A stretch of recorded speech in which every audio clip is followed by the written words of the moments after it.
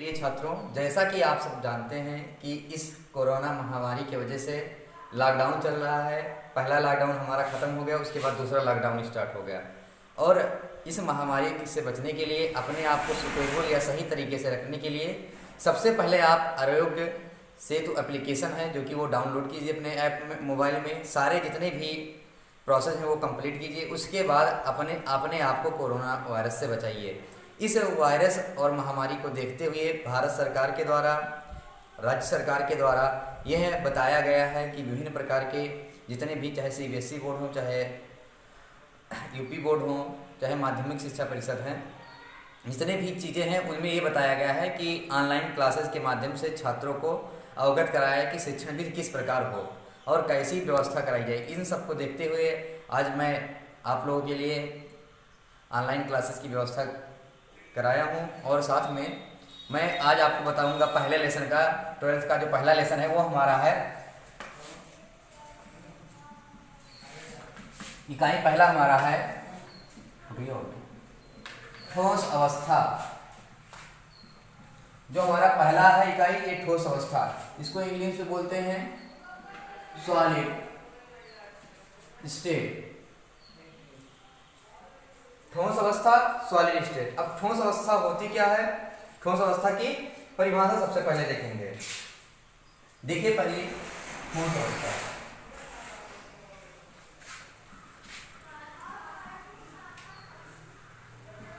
ठोस अवस्था यानी सॉलिड स्टेट, इसकी परिभाषा है पदार्थ की वह अवस्था जिसमें पदार्थ की वह अवस्था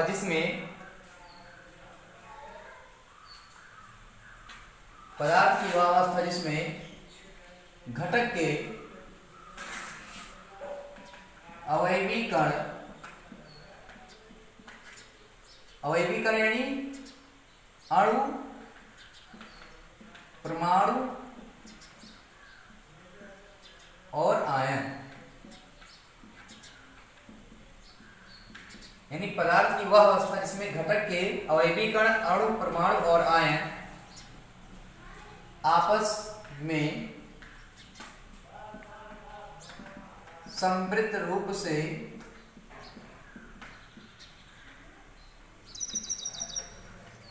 अवयवी जालकों के माध्यम से के रूप में निहित होते हैं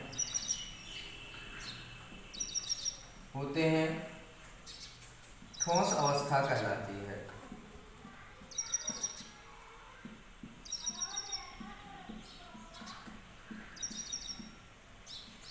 पदार्थ की वह अवस्था जिसमें घटक के अवयवी कण, अणु, परमाणु और आयन आपस में समृद्ध रूप से अवयवी जालकों के माध्यम से निहित होते हैं, ठोस अवस्था कहलाती है।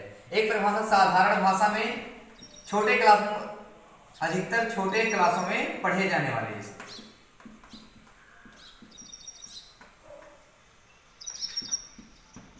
एक परिभाषा और देख लीजिए जो कि छोटो क्लास में बताया जाता है 9 और 10 में केवल। पदार्थ की वह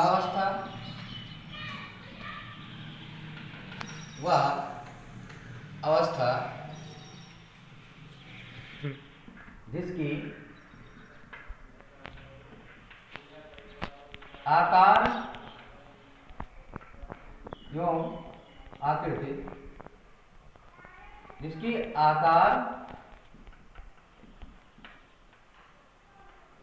आकृति, आकार या आकृति दोनों एक ही चीज है। आकार या आकृति तथा आयतन दोनों निश्चित होते हैं, ठोस अवस्था कहलाती है।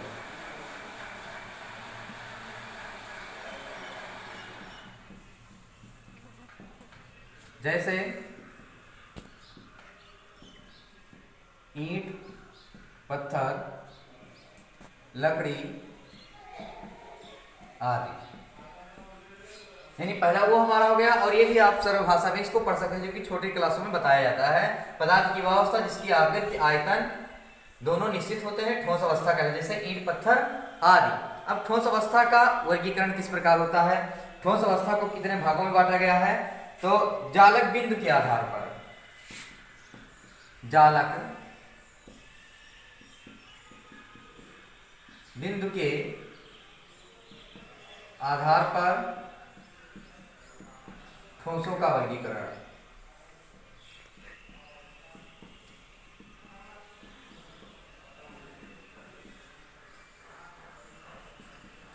देखिए, जालक बिंदु के आधार पर ठोसों का वर्गीकरण पहला हमारा है क्रिस्टलीय ठोस। पहला है हमारा क्रिस्टलीय ठोस और दूसरा है अक्रिस्टलीय ठोस।